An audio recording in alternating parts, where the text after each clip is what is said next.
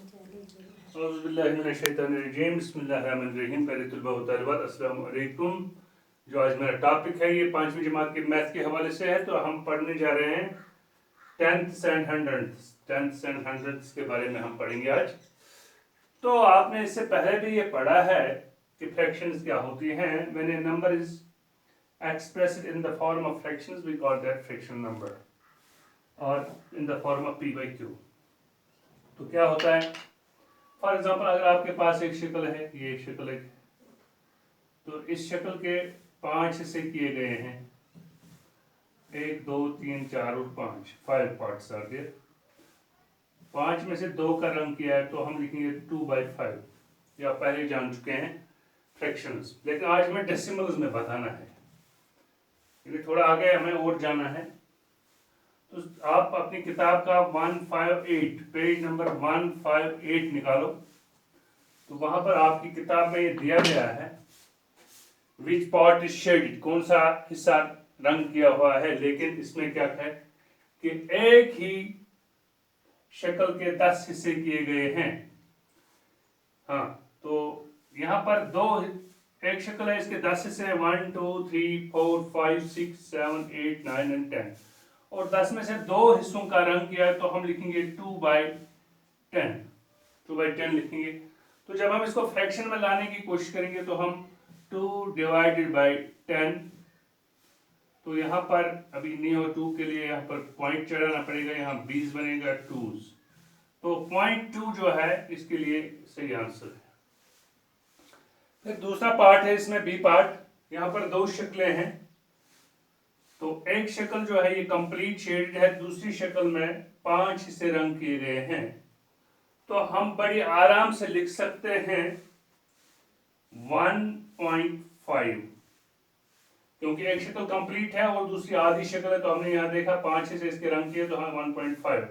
इसी तरह यहाँ पर 2 शक्लें हैं, अगर इसके 10 हिस्से हैं, इसके 10 हिस्से हैं तो 20 हो गए, और 5 हिस्से ये हैं तो हो गए 25 हिस्से रंग किए गए हैं, जबकि 5 हिस्से बाकी हैं, तो 2.5 हम लिख सकते हैं।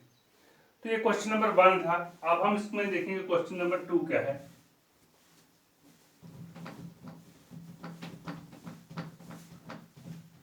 तो आप आराम से देख सकते हैं इसमें question number 2 is match the following. हमें मैच करना है, मैच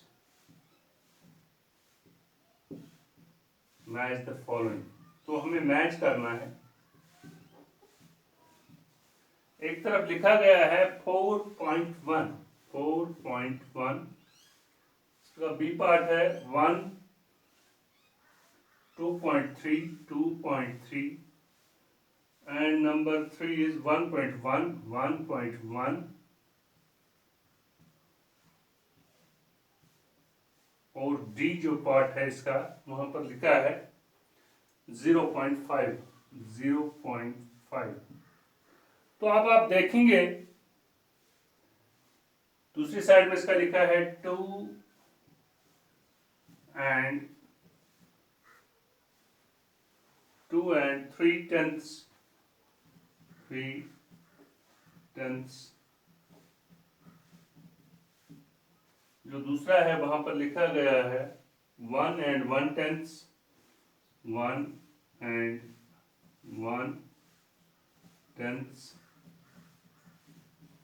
और जो तीसरा पार्ट है वो है 5/10, और जो चौथा पार्ट है वो 4 and 1/10,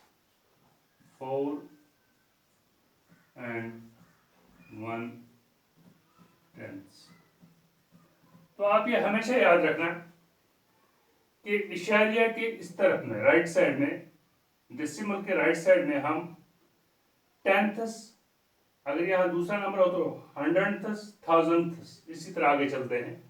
तो जो इशारे के इस तरफ है यानी वंस वहां, तो जो डिजिट है वही हम पढ़ेंगे। तो सबसे पहले यहाँ पर है 4.1, दैट मीन्स 4 ones and 1/10। तो यहाँ इसके साथ हम इसको मिलाएंगे 4 and 1/10। फिर है 2 and 3/10, ये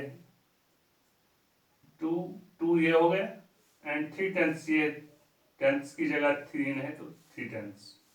1 and 1 टेंथ्स, ये है 1 and 1 टेंथ्स। और ये है यहाँ पर 1 की जगह कुछ नहीं है इसलिए 0 है तो 5/10 ही यहाँ आएगा। तो ये भी क्वेश्चन खत्म हो गया। अब हमें डेसिमल फॉर्म में फिर लिखना है। डेसिमल फॉर्म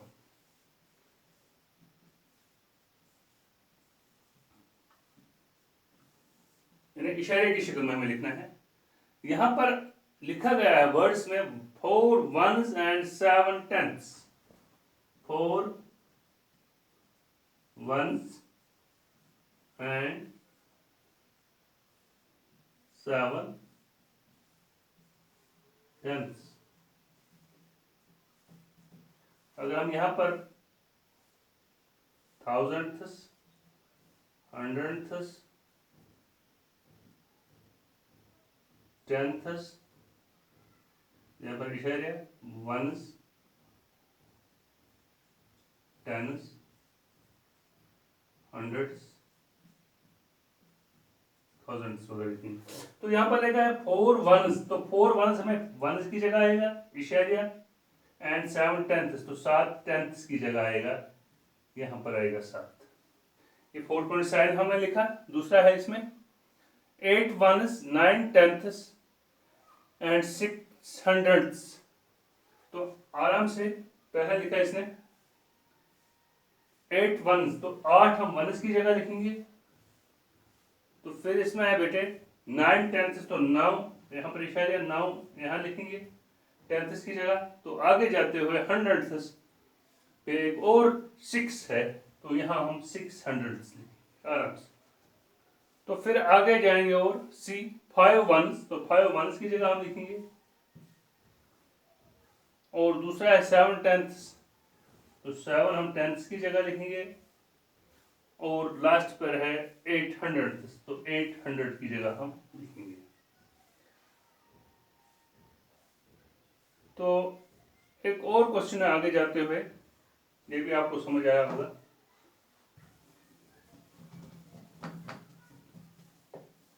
एक पैटर्न होता है, उसी पैटर्न पे यहाँ पे काम करना है हमें, आगे जाना है। यहाँ पर लिखा है give the next 3 terms. 3 terms हमें नेक्स्ट 3 टर्म्स लिखनी है। नेक्स्ट 3 टर्म्स यानी इन्हीं टर्म्स को देखकर हमें आगे चलना है। तो पहली टर्म है 1.2 1.3 1.4, तो आगे आएगा 1.5 1.6 और 1.7। ये 3 टर्म्स आगे जाना है हमें। 1.2 है 1.3 आएगा 1.4 ये वैसे दिया है, तो आप 1.5 1.6 और 1.7 आगे जाते हुए 1.89 वगैरह लिख सकते हैं। तो दूसरा क्या है 5.92 दिया हुआ है, 5.93 5.93 5.94 यहां से दिया हुआ है। तो अब हम लिखेंगे 5.95 5.95 5.96 5.97। तो आराम से लिखेंगे हम ये। फिर है तीसरा सी पार्ट, ये बी पार्ट था, सी पार्ट लिखेंगे। ये क्या है, ये है बेटे 11.8 11.8 11.9, तो फिर आएगा 12.0, अब आएगा 12.01 या 1 लिखेंगे इसको, 12.1 12.2 12.3 इस तरह से हम लिख सकते हैं। 03 भी आप लिख सकते हैं इसको, वो भी चलेगा। फिर दूसरा 8.01 8.01 दिया हुआ है, 8.02 8.03, तो आगे जाएंगे 8.04 8.05 8.06, यानी देख के आगे चलना है।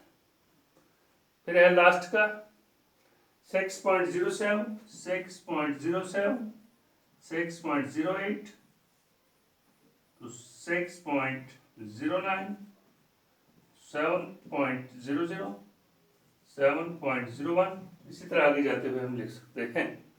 तो आज आपके लिए इतना काफ़ी। आप इसको मैथ को ट्राई करो, घर में बैठकर आप इन सवालों की फिर से जांच करो और खुद अपनी रफ और कॉपी पर इसका सही सही हल ढूंढने की कोशिश करो, तो आप कामयाब हो जाओगे और आइंदा के लिए आपको कुछ मुश्किल नहीं होगा। बाकी वसल्लम।